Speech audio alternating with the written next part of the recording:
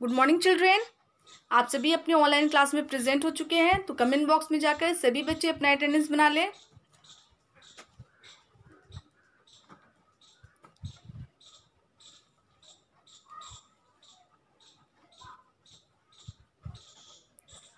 आप सभी की अटेंडेंस बन चुकी होगी, तो आप सभी अपनी साइंस की बुक ओपन कीजिएगा।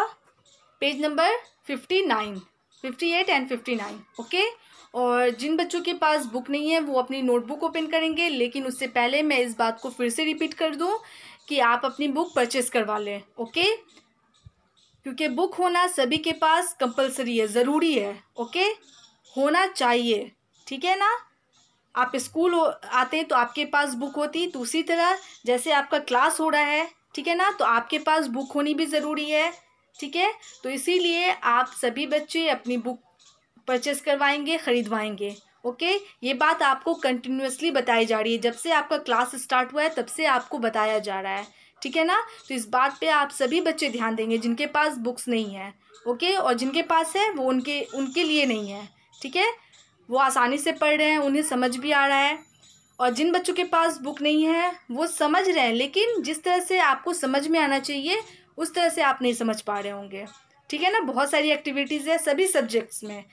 बहुत सारी एक्टिविटीज़ ऐसी होती है जिसको हम पिक्चर्स के ज़रिए समझते हैं, है ना। और कुछ ऐसे भी एक्टिविटीज़ हैं जैसे कि वर्ड सर्च वगैरह, तो कभी छोटा वर्ड सर्च रहता है तो हम लोग करवा देते हैं बोर्ड पे, ठीक है ना। कभी कभी ऐसे होते हैं कि बहुत सारे वर्ड्स हो जाते हैं, बहुत थोड़ा बड़ा वर्ड सर्च होता है, तो उसको बोर्ड पे करवाना पॉसिबल नहीं होता है, ठीक है ना।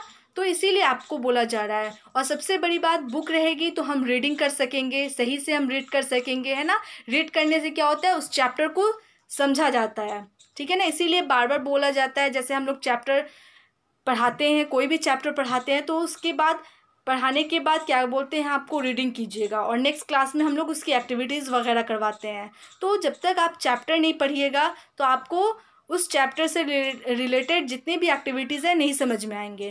तो इसीलिए बार बार बोला जा रहा है, चाहे वो मैथ्स हो, चाहे वो साइंस हो, चाहे वो इंग्लिश की बुक हो, चाहे वो कंप्यूटर की बुक हो, कोई भी बुक हो, हर हाल में आपके पास वो बुक होनी चाहिए, ठीक है ना। तो आप सभी इस बात को ध्यान में रखें, सीरियसली लें और बुक परचेस करवाएं। और दूसरी बात, जो क्लास में प्रेजेंट नहीं रहते हैं जो बच्चे, वो क्लास में प्रेजेंट रहा करें। आपकी प्रेजेंटेशन ज़रूरी है। क्लास में जब तक आप प्रेजेंट नहीं रहिएगा, आपको अपनी सब्जेक्ट से रिलेटेड कोई भी एक्टिविटीज़ समझ में नहीं आएगी। इसीलिए बार बार बोला जा रहा है कि सभी बच्चे क्लास में प्रेजेंट रहें और साथ में सभी के साथ बुक भी रहे, ठीक है ना। हम क्लास में प्रेजेंट रहेंगे तो हम अपने जो एक्टिविटीज़ है, जो भी चैप्टर है ना, उनको समझेंगे। और बुक रहेगी तो और अच्छे ढंग से हम समझ पाएंगे। इसीलिए बार बार बोला जा रहा है आप सभी को कि आप लोग, जो बच्चे क्लास में प्रेजेंट नहीं रहते हैं, वो प्रेजेंट रहा करें। और जिन बच्चों के पास बुक्स नहीं है वो अपनी बुक परचेस करवाएं। और उसके बाद जो भी एक्टिविटीज़, जिनके पास नोटबुक है, ठीक है ना, बुक नहीं है तो वो नोटबुक में नोट कर रहे हैं तो बुक लीजिए, और जो भी एक्टिविटीज़ आपने नोटबुक में नोट की है उसको आप बुक में क्या करेंगे, लिखेंगे, ठीक है ना। नोटबुक से देकर बुक में नोट करेंगे। तो ये काम भी आपको करना है। आप लोग बुक लीजिए, नोटबुक से जो भी एक्टिविटीज़ आपको करवाई गई है, जो भी नोट किए हैं, वो अपनी बुक में भी नोट कर लेंगे, ठीक है ना। तो इस तरह से आप अपनी बुक परचेस करवाइए। और दूसरी बात, हर हाल में सभी बच्चे अपने क्लास में प्रेजेंट रहा करें, ठीक है। तो अब आप अपनी बुक ओपन कीजिएगा, और नोटबुक वाले बच्चे अपनी नोटबुक ओपन करेंगे। और आपका प्रीवियस क्लास में जो होमवर्क था वो आंसर दिस क्वेश्चन था, ठीक है ना। तो इस चैप्टर में आपको 4 क्वेश्चन दिए गए थे, जिसका प्रीवियस क्लास में आपको 2 ही क्वेश्चन का आंसर लिखाया गया था और 2 बच गए थे। तो उसे मैं आज कंप्लीट करूँगी, लेकिन उससे पहले उन दोनों क्वेश्चन को मैं रिपीट कर दूँ फिर से। तो पहला क्वेश्चन क्या था, why should we follow the safety rules. हम लोग सुरक्षा के नियमों को क्यों फॉलो करते हैं, ठीक है ना, क्यों अपनाते हैं। तो आंसर क्या था, we should follow the safety rules to be safe from danger. खतरों से बचने के लिए, खतरों से सुरक्षित रहने के लिए हम लोग सेफ्टी रूल्स मतलब सुरक्षा के नियमों का पालन करते हैं किसी भी तरह के डेंजर, चाहे हम एट होम घर में हो, चाहे हम इन द प्लेग्राउंड जब खेल के मैदान में हूँ वहाँ पे भी सुरक्षा के नियमों का पालन करना चाहिए, है ना। इन स्कूल, हम लोग जब स्कूल में रहते हैं तब हमें क्या करना चाहिए, सेफ्टी रूल्स को फॉलो करना चाहिए, है ना। ऑन दी रोड जब हम लोग सड़क पर हैं तब हमें सेफ्टी रूल्स को फॉलो करना चाहिए। कहीं पे भी हम लोग अगर बस में हैं, बस से चढ़ रहे हैं उतर रहे हैं तो उस टाइम हमें ध्यान देना चाहिए। तो हर टाइम हर जगह हमें क्या करना है, any places and every time हमें सेफ्टी रूल्स को फॉलो करना होगा, तभी हम ख़तरों से बच सकते हैं। हाँ, कभी कभी होता है कि हम लोग ध्यान देते हैं फिर भी हमारे साथ यानी कि घटनाएं हो जाती हैं, वो अलग बात है। लेकिन हम लोग जो क्या बोलते हैं, आपको ज़्यादा ख़तरा होने का डर होता है उससे हम लोग बच सकते हैं, है ना। जैसे अगर हम जानबूझ के चलती हुई बस में चढ़ जाएं, ठीक है, तो उसमें क्या होगा, हम लोग जानबूझ के कर रहे हैं ये काम, तो उसमें क्या है, हम गिर सकते हैं, हमारा हाथ पैर टूट सकता है, यहाँ तक कि मौत भी हो सकती है ना। तो इन सभी चीज़ों पे ध्यान दे सकते हैं। जैसे हम लोग घर पे हैं तो घर में आप सभी बच्चे हैं तो कैंची सीज़र वगैरह से आप दूर रहें। उससे क्या होगा कि बच्चे, आप छोटे बच्चे हैं तो हाथ में कैंची पकड़े हुए हैं तो कैंची चला रहे हैं तो उस दौरान क्या होगा, आपका हाथ फिसल सकता है, उसमें आपको चोट आ सकती है। तो इन सभी चीज़ों के लिए आपको बोला जाता है कि सेफ्टी रूल्स को हर जगह फॉलो करें, चाहे वो छोटे बच्चे हों चाहे बड़े हों, कहीं कोई भी हो और कहीं पे भी हो, सभी लोगों को सेफ्टी रूल्स को फॉलो करना चाहिए। तो आंसर क्या होगा, we should follow the safety rules to be safe from danger. खतरों से बचने के लिए, खतरों से सुरक्षित रहने के लिए हमें सुरक्षा के नियमों का पालन करना चाहिए। उसके बाद है right any one safety rule that you should follow at your home. आप अपने घर पे जब रहते हैं तो कोई एक सेफ्टी रूल को फॉलो करते होंगे, तो किसी एक सेफ्टी रूल को लिखना था। जैसे मैंने आपको कल लिखाया था, जैसे we should not play with fire in the kitchen. Kitchen में जब हो आप तो हमें आग से नहीं खेलना चाहिए, है ना। उसके बाद है we should not play with sharp objects like scissors and knives. जैसे घर पे हैं तो घर पे ये सब सामान रहता है तो सीजर, कैंची और चाकुओं से नहीं खेलना चाहिए, है ना। इन सभी चीज़ों से दूर रहना चाहिए। उसके बाद है we should not touch electrical appliances when it in use. जब इलेक्ट्रिकल अप्लायंसेस जैसे जो भी बिजली से चलने वाले यंत्र हैं, जैसे आपको स्टैंड फैन है ना, उसके बाद आपको मिक्सर ग्राइंडर है, उसके बाद आपका वॉशिंग मशीन है, रेफ्रिजरेटर है ना, तो ओवन है, बल्ब हो गया, बहुत सारी चीज़ें आपके घर में होंगी, ठीक है ना, जो बिजली से चलने वाली है। तो इन सभी चीज़ों से दूर रहें जब वो चल रहा हो, जब वो काम में हो, इस्तेमाल किया जा रहा हो, तो इन सभी चीज़ों से दूर रहना चाहिए। उसमें क्या होगा, शॉक लग सकता है, और शॉक लगने के बाद क्या होता है, हमारे जो बॉडी में जो ब्लड होता है वो जल जाता है और उस दौरान हमारी मौत हो सकती है। इसीलिए बोला जाता है कि इन सभी चीज़ों से, जो इलेक्ट्रिकल अप्लायंसेज है, जो भी आपको बिजली से चलने वाले यंत्र हैं, इन सभी चीज़ों से दूर रहना चाहिए जब वो यूज़ में हो।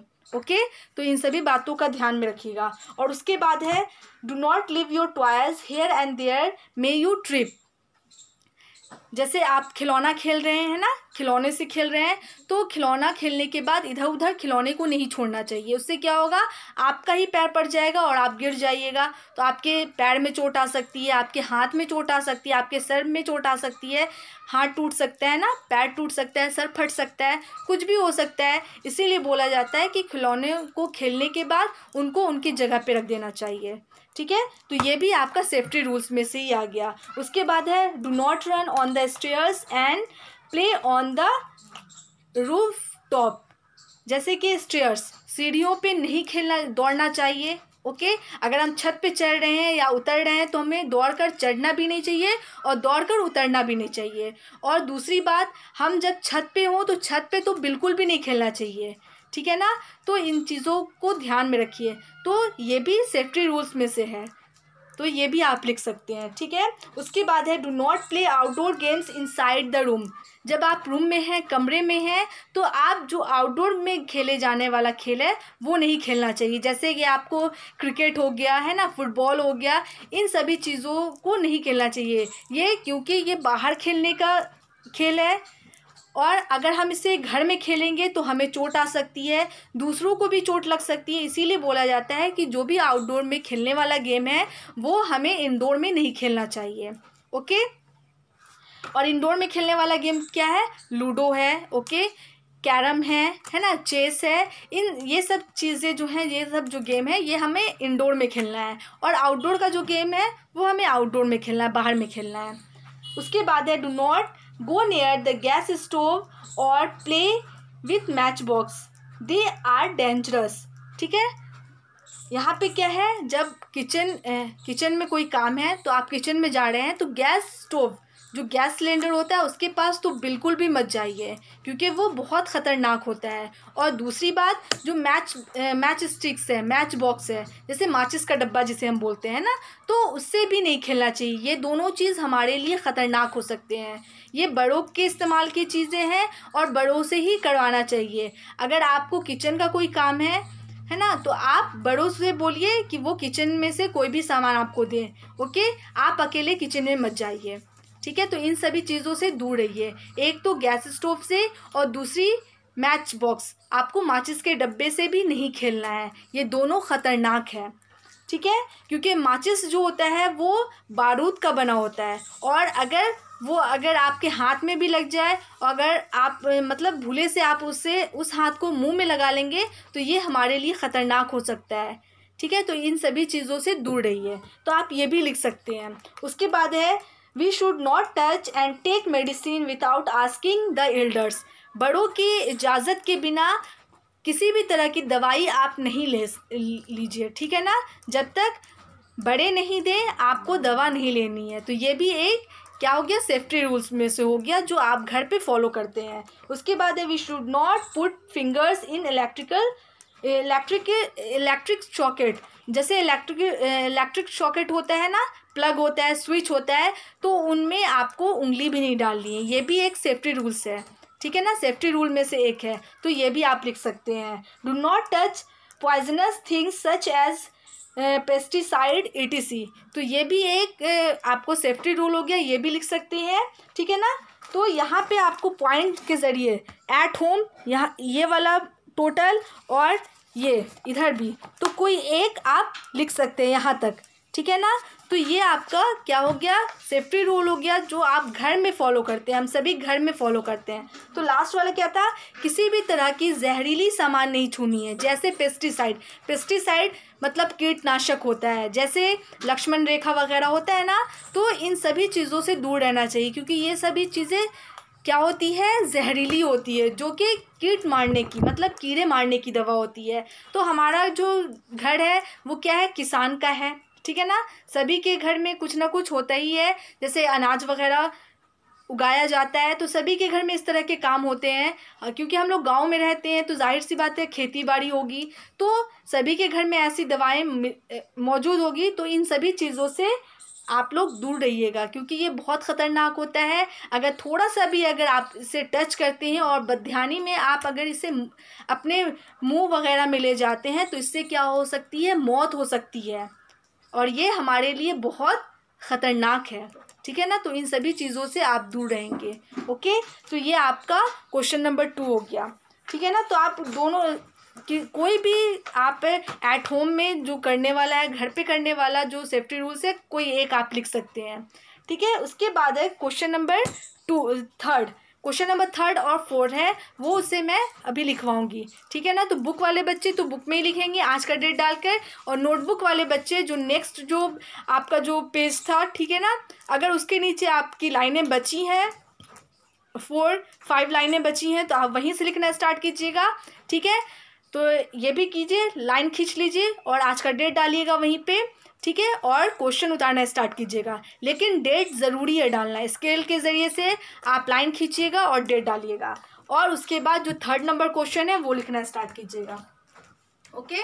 तो यहाँ पे 3rd नंबर क्वेश्चन मैं लिखूँगी, उससे पहले मैं आंसर, आप ये मत लिखिएगा, मैं यहाँ पे बस लिख रही हूँ। Answer the following question, QUESTIONS question, ठीक है। आंसर देना है फॉलोइंग क्वेश्चन का, तो ये मैं हेडिंग लिख रही हूँ, ठीक है। आप लोगों को लिखने की ज़रूरत नहीं है, नोटबुक वाले बच्चे इसे नहीं लिखेंगे, सिर्फ और सिर्फ क्वेश्चन लिखना स्टार्ट करेंगे, ठीक है। लाइन खींचकर डेट डालकर आप क्या करेंगे, क्वेश्चन लिखना स्टार्ट कीजिएगा। तो क्वेश्चन है WHERE, where should, SHOULD should, where should, WEWALK walk, on the, THE the, ROAD road.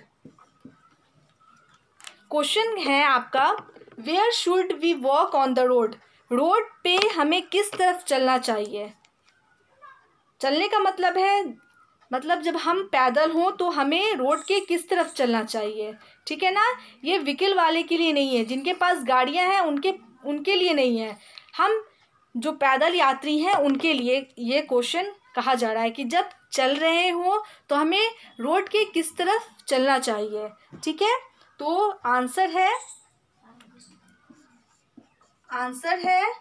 We should, WEVSHOULD, we should always, ALWAYS always, walk, WALK walk, on the, THE the, ROAD road, sorry, on the LEFT left, SID side of the ROAD road, ठीक है। Answer है we should always walk on the left side of the road, हमें हमेशा सड़क के दाएं side हमें चलना चाहिए, ठीक है ना। जो सड़क का लेफ्ट साइड होगा मतलब आपका राइट साइड, ठीक है ना, और मतलब सड़क का जो लेफ्ट साइड होगा आपका लेफ्ट साइड और सड़क का लेफ्ट साइड, ठीक है ना, आपको ये देखना है, ठीक है। तो सड़क का जो लेफ्ट साइड होगा, जैसे कि आपका राइट और लेफ्ट होता है ना, उसी तरह सड़क का भी होगा, रोड का भी होता है लेफ्ट और राइट। तो आपको ये देखना है कि सड़क का लेफ्ट साइड कौन है, आपको उसी तरफ से चलना है, चाहे वो आप घर के लिए जा रहे हो चाहे स्कूल के लिए जा रहे हो, आपको हमेशा सड़क के मतलब रोड के लेफ्ट साइड का ही इस्तेमाल करना होगा, ठीक है ना।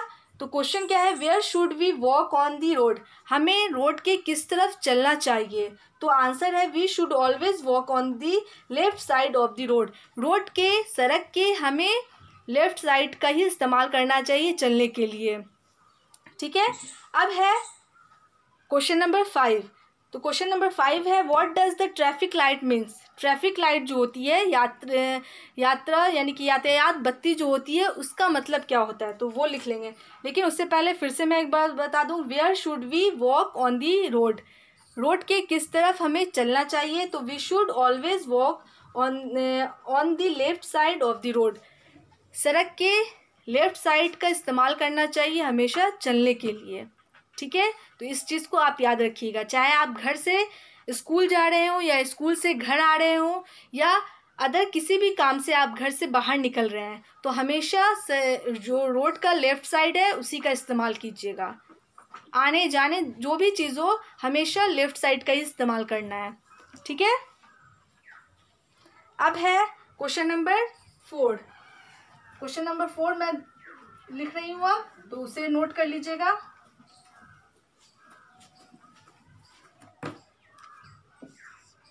Question number 4, what, WHAT what, does, DOES does, the, TRAFFIC traffic, LIGHT lights, mean, MEAN mean, ठीक है। मतलब जो यातायात बत्ती होती है, ट्रैफिक लाइट, ट्रैफिक मीन्स होता है यातायात और लाइट मीन्स होता है बिजली या बत्ती, ठीक है ना। जो ट्रैफिक लाइट होती है उसका मतलब क्या होता है, वो क्या कहता है हमें, तो आंसर है traffic light,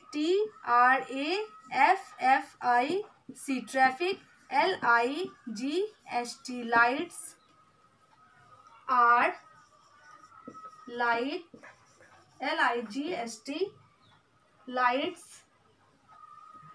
used, USED, used to control, CONTROL, control the movement, MOVEMENT, movement of, TRAFFIC, traffic, ठीक है। तो ट्रैफिक लाइट का जो मीनिंग है वो है the traffic lights are lights use to control the movement of traffic. Traffic light जो होती है वो ट्रैफिक जो यातायात होती है उसको कंट्रोल करती है, ठीक है ना। उसके जो मूवमेंट होता है, उसका जो चाल होता है उसको कंट्रोल करती है, आना जाना इन सभी चीज़ों पे ध्यान देती है, और इसी वजह से ट्रैफिक लाइट का यूज़ होता है। मतलब ट्रैफिक लाइट जो भी सड़क पे हादसा होता है उसको बचाने के लिए, उसको सेफ सुरक्षित रखने के लिए, गाड़ियों को सुरक्षित रखने के लिए और जो यात्री हैं उनको सुरक्षित रखने के लिए ट्रैफिक लाइट का यूज़ किया जाता है, ठीक है ना। जो आवाजहन होता है सड़क पे उसको कंट्रोल करता है, ठीक है ना। तो ये है ट्रैफिक लाइट्स आर लाइट्स, मतलब ट्रैफिक लाइट जो लाइट होती है ट्रैफिक लाइट में वो कंट्रोल करती है, जो भी ट्रैफिक है यातायात है उसको कंट्रोल करने के लिए ट्रैफिक लाइट का यूज़ किया जाता है। तो इसका मीनिंग यही हुआ, ठीक है। तो traffic light, what does the traffic light mean, traffic light का मतलब क्या है, तो traffic lights are lights use to control the movement of traffic, ठीक है ना। ट्रैफिक को, यातायात के चाल चल आवाजहन को कंट्रोल करती है, तो उसे हम ट्रैफिक लाइट, मतलब उसका मतलब ये होगा, ठीक है ना। Traffic lights are lights, traffic light में 3 तरह की बत्ती होती है, रेड, येलो, ग्रीन, है ना। इन तीनों के जलने से हमें ट्रैफिक जो भी होता है, जैसे कि रेड का मीनिंग क्या होता है, स्टॉप, जब गाड़ियां चल रही है तो अगर ट्रैफिक लाइट, सड़क पे कहीं पे ट्रैफिक लाइट है अगर रेड लाइट जल गई तो हमें क्या करना है, वहाँ पे गाड़ी को जहाँ पे है वहीं पे रोक देना है, ठीक है ना। और दूसरी तरफ की जो गाड़ी होती है उधर से चलनी स्टार्ट होती है। ये खास करके ये कहाँ पे होता है, जहाँ पे चौराहा होता है, जहाँ पे 4 तरफ से सड़क एक दूसरे से जुड़ी होती है, तो खास करके ये चीज़ वहाँ पे देखने को मिलता है, ठीक है ना। तो ये है, ठीक है ना। तो आपका रेड जो लाइट है उसका मीनिंग होता है स्टॉप, जैसे ही रेड लाइट ट्रैफिक लाइट में ऑन हो जाता है तो सभी गाड़ियाँ रुक जाती है, एक तरफ की गाड़ियाँ रुक जाती है तो दूसरी तरफ से चलने लगती है। फिर अगर येलो होता है तो येलो का मीनिंग है कि वेट करो, मतलब उसके बाद आप वेट कीजिए थोड़ा सा, और जैसे ही ग्रीन, मतलब जैसे ही ग्रीन ऑन होगा आपको चलते बनना है, मतलब आपको तैयार रहना है। येलो का मीनिंग होगा कि आपको तैयार रहना है कि आप थोड़ी ही देर में ग्रीन बत्ती अगर जलेगी तो आप चलते बनिए, ठीक है ना, आपको रुकना नहीं है। तो इसका मीनिंग यही हुआ, ठीक है ना। Traffic lights are lights to use to control the movement of a traffic. ये आपका टोटल क्वेश्चन 4 था। तो आपका प्रीवियस क्लास में 2 क्वेश्चन हो गया था और 2 क्वेश्चन आज हुआ। तो पहला क्वेश्चन क्या था, where should we walk on the road, हमें सड़क की किस तरफ से चलना चाहिए, तो we should always walk on the left side of the road, सड़क के हमेशा बाएं तरफ से हमें चलना चाहिए, ठीक है। उसके बाद है what does the traffic light means, traffic light का मतलब क्या है, मतलब ट्रैफिक लाइट क्या करती है हमें, तो traffic light are lights use to control the movement of a traffic, ठीक है। तो ये आपका क्वेश्चन हो गया, आंसर भी हो गया। आप सभी बच्चे इसे नोट कर लेंगे, बुक वाले बच्चे तो बुक में सिर्फ आंसर लिखेंगे, नोटबुक वाले क्वेश्चन लिखने के बाद आंसर लिखेंगे। तो आपको कल समझा दिया गया था कि आपको क्वेश्चन लिखना है, क्वेश्चन एक लाइन में नहीं हटता है तो दूसरे लाइन में हटाना है, उसके बाद क्वेश्चन मार्क्स दे के उस लाइन को छोड़ देना है, उसके नेक्स्ट लाइन में आपको आंसर लिखना है। और आंसर आपका 2 लाइन में हटा तो ठीक है ना। फुल स्टॉप देने के बाद आपको क्या करना है, फिर उस लाइन को छोड़कर उसके बाद वाले लाइन में आपको क्वेश्चन लिखना है। और क्वेश्चन 2 लाइन में कंप्लीट हो जाएगा। फिर उसके नेक्स्ट लाइन में आपको मतलब नीचे वाले लाइन में आंसर लिखना है। तो ये तरीका है, जैसे मैं आपको लिख कर यहाँ पे दिखा रही हूँ, जैसे बोर्ड पे लिखा हुआ है ना, तो ये क्वेश्चन आंसर लिखने का तरीका है। ओके, तो ये आपका क्या हो जाएगा, रिमेम्बरिंग हो जाएगा। और एक कुछ एक्टिविटी बच गई है, ठीक है ना, उसे मैं कल करवा दूँगी। ओके, तो आज बस इतना ही रहने देती हूँ। आपका होमवर्क है रिमेम्बरिंग का, तो remember from book and notebook. जिन बच्चों के पास बुक है वो बुक में याद करेंगे, और जिन बच्चों के पास नोटबुक है वो नोटबुक से याद कर लेंगे। और जो भी स्टडी में आपकी हेल्प करते हैं उन्हें आप सुनाइएगा। और अब मैं अपने क्लास को यहीं पे स्टॉप करती हूँ। और स्टॉप करने से पहले आप सभी को गुड मैनर टिप दिया जाता है। तो गुड मैनर टिप क्या है, और we should always walk on the pavement. हमेशा पवमेंट का यूज़ करना चाहिए जब आप सड़क पर चल रहे हो, फुटपाथ है ना। We should always walk on the footpath. हमेशा फुटपाथ पे चलना चाहिए। जो रास्ता मतलब सड़क के किनारे जो जगह होती है उसे फुटपाथ या पवमेंट बोला जाता है। आप जब चल रहे हो, ठीक है ना, आपके पास कोई गाड़ी वगैरह ना हो, तो आप हमेशा पवमेंट का यूज़ करेंगे। आज के लिए बस इतना ही। Thank you all, good bye.